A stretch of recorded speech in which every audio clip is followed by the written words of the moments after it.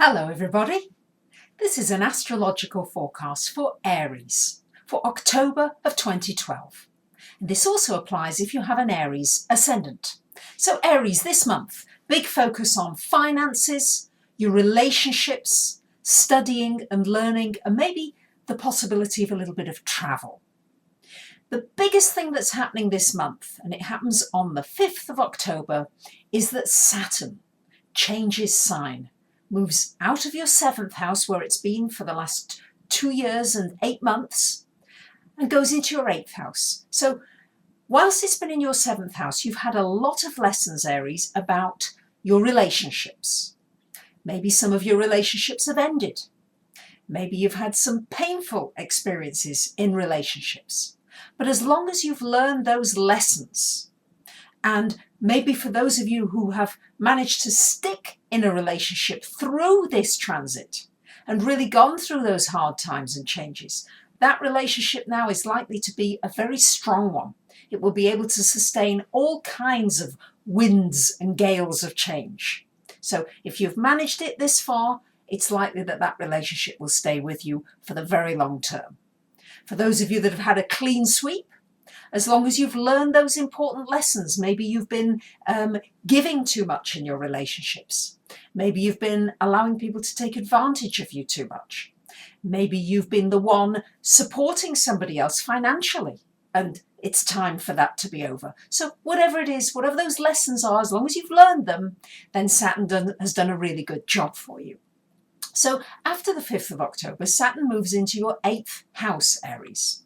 The 8th house is all connected with you understanding other people's values, what's important to other people, and you may be looking at those values and saying, well, maybe I'm in a partnership with somebody and their financial values are different from mine.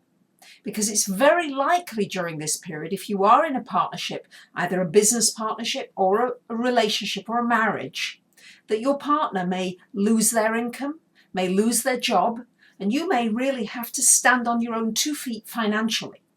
So do your very best to find ways in which you can make yourself secure financially during this transit of Saturn through your 8th house. You may also find yourself questioning about life and death while we're here.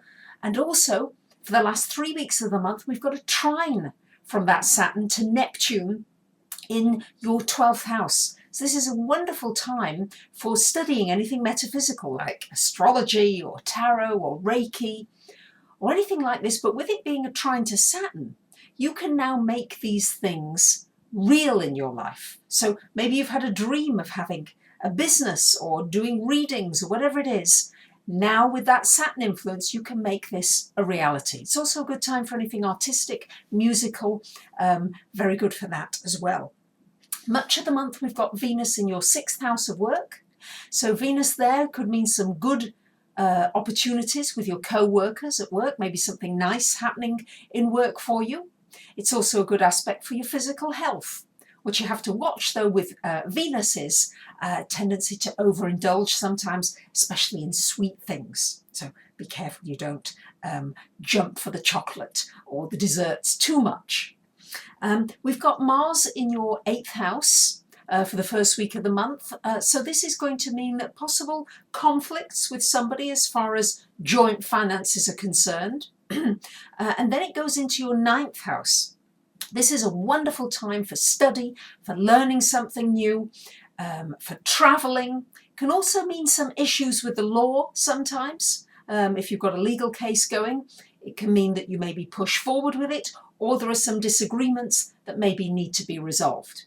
With Jupiter in your 3rd house still all the time this month, it's a wonderful time for learning something new, going on a course, studying, teaching, sharing information. Wonderful for all those kinds of things. We've also got the backdrop, of course, still with Uranus square to Pluto. Uranus in your sign, Aries. I don't need to say more.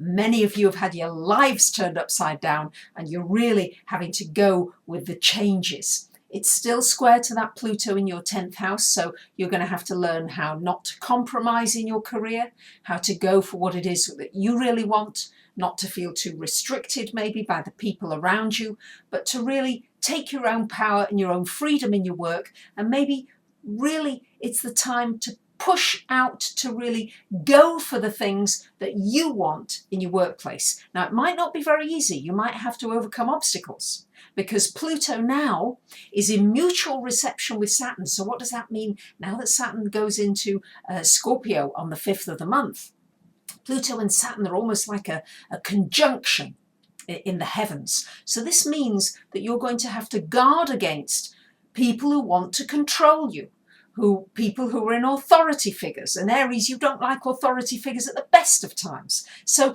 you're going to have to find ways that you can work maybe with people in authority, but also not compromising your values and the things that are important to you.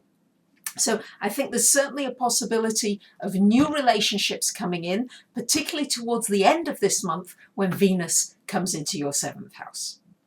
There you have it, Aries. I wish you a wonderful month. You might want to know how Saturn is really going to affect you personally this next 2 and a bit years that it's in your 8th house. Because in your personal chart, it may in fact not be in your 8th house. You might want to ask me a question or have a personal reading, whatever it is. I'm always thankful to those of you who make comments, who subscribe. I love hearing from you. Thanks for listening. Bye for now.